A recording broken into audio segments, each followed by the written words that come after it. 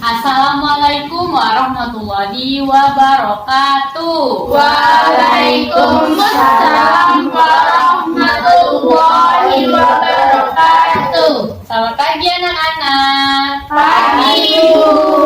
Apa kabarnya hari ini? Baik. Alhamdulillah, semoga kita semua dalam keadaan sehat walafiat ya. Sebelum memulai pembelajaran, mari kita berdoa terlebih dahulu agar apa yang kita pelajari hari ini bermanfaat untuk kita di masa yang akan datang. Silakan Sabrina pimpin doanya. Baiklah, untuk memulai pelajaran kita pada pagi hari ini, ada baiknya kita berdoa. Berdoa mulai.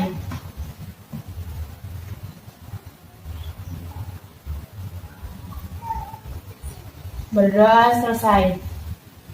Alhamdulillah. Oke, kita absen dulu ya. Safitri Hadir. Oke. Kelvin Anggara, Hadir. Erin Puspitasari, Hadir. Fahmi Alfaruk, Hadir. Sabrina Zahra. Hadir. Alhamdulillah masuk semua ya hari ini. Baiklah anak-anak, hari ini kita sudah memasuki bab 4 yaitu materi hadis tentang niat. Tujuan pembelajaran kita yaitu menjelaskan isi kandungan hadis tentang niat. Sudahkah kamu berniat ketika hendak melakukan suatu kegiatan? Niat itu sangat penting, apalagi dalam beribadah kepada Allah. Hendaklah kita memulainya dengan niat. Sebelum melakukan sesuatu perbuatan, hendaknya kita menata niat. Tapi jangan niat untuk melakukan sesuatu yang tidak terpuji ya. Berniatlah untuk melakukan kebaikan. Dengan begitu apa yang kita lakukan mendapat pahala dari Allah Subhanahu wa Ta'ala. Sekarang perhatikan video pembelajaran berikut ini. Assalamualaikum warahmatullahi wabarakatuh adik-adik. Ahlan wa sahlan. Hari ini kita akan belajar hadis. Masya Allah. Selamat belajar adik-adik. Hadis tentang niat.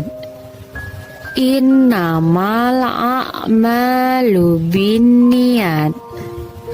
Sesungguhnya amal itu tergantung niat. Hadis riwayat Bukhari Muslim. Ulangi sekali lagi. Innamal a'malu binniyat. Di akhirat, manusia dibangkitkan sesuai niat perbuatannya. Bunda Aisyah bercerita bahwa suatu saat Nabi Muhammad SAW berkisah. Sekelompok pasukan menyerang Ka'bah. Ketika sampai di tanah lapang, mereka semua dibinasakan, mulai dari barisan depan hingga barisan akhir. Bunda Aisyah lalu bertanya, "Ya Rasulullah, bagaimana mereka semua dibinasakan dari barisan depan hingga barisan akhir, sementara di antara mereka ada kalangan yang membantu, ada pula yang tidak membantu mereka?" Nabi Muhammad SAW menjawab, "Mereka dibinasakan semua dari barisan depan hingga barisan akhir. Kemudian akan dibangkitkan di akhirat kelak menurut niat-niat mereka." Hadis riwayat Bukhari Muslim. Adik-adik, dari kisah Nabi Muhammad tadi, kita dapat mengambil pelajaran akan pentingnya meluruskan niat karena Allah semata. Sebab pekerjaan yang bernilai sederhana akan bernilai besar jika niatnya mulia. Sebaliknya, amal yang terlihat besar akan tidak bernilai apa-apa jika niatnya kotor. Contohnya, membersihkan duri atau kotoran di jalan. Kelihatannya sederhana, tapi jika niatnya mulia agar orang lain tidak celaka, maka insya Allah akan memberimu pahala yang besar. Alhamdulillah, pelajaran kita hari ini telah selesai. Jangan lupa diamalkan ya adik-adik. Sampai jumpa di pelajaran hadis selanjutnya. Assalamualaikum warahmatullahi wabarakatuh. Nah, tadi kalian sudah melihat video mengenai hadis tentang niat, bacaannya, terjemahannya. Sekarang mari kita melafalkan hadis tentang niat. Tirukan apa yang Ibu ajarkan ya.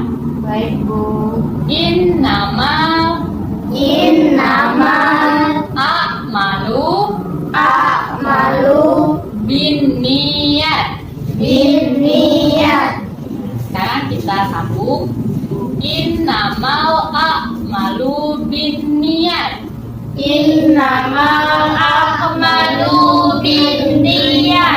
Sekali lagi. Innamal a'malu binniyat. Benar, pintar ya. Selanjutnya kita mengartikan hadis tentang niat. Jadi innamal itu artinya sesungguhnya, a'malu artinya amal perbuatan, dan niat artinya bergantung kepada niat. Jadi arti hadis tentang niat yaitu sesungguhnya amal perbuatan bergantung kepada niatnya. Sekarang Ibu akan membacakan cerita mengenai pokok isi kandungan hadis tentang niat. Perhatikan ya. Baik, Bu. Hadis tentang niat diriwayatkan oleh Bukhari Muslim dari Umar bin Khattab radhiyallahu anhu. Hadis tentang niat disampaikan Rasulullah untuk memberi jawaban atas pertanyaan salah seorang sahabat berkenaan dengan peristiwa hijrah Rasulullah dari Mekah ke Madinah yang diikuti sebagian besar sahabat. Dalam peristiwa tersebut ada salah seorang laki-laki yang ikut hijrah bersama Rasulullah. Akan tetapi niatnya bukan untuk kepentingan perjuangan Islam, melainkan untuk menikahi seorang perempuan bernama Ummu Qais. Perempuan tersebut sudah bertekad akan turut hijrah bersama Rasulullah, sedangkan laki-laki itu pada mulanya akan tinggal di Mekah.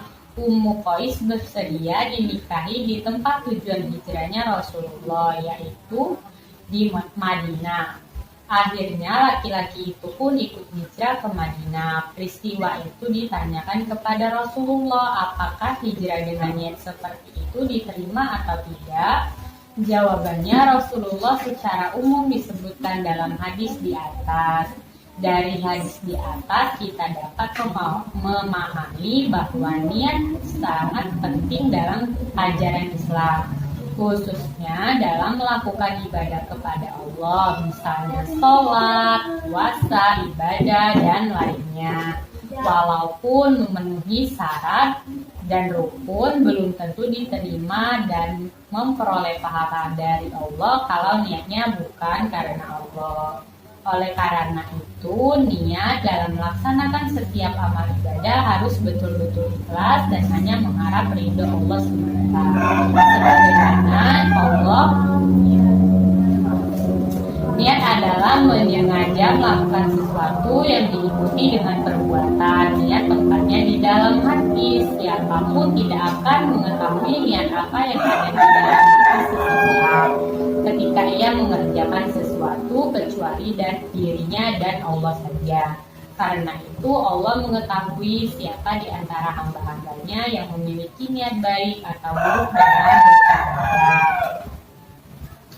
Nah anak-anak, tadi ibu sudah menceritakan mengenai isi kandungan hadis tentang niat. Tadi juga kita sudah melihat video mengenai terjemahan hadis tentang niat.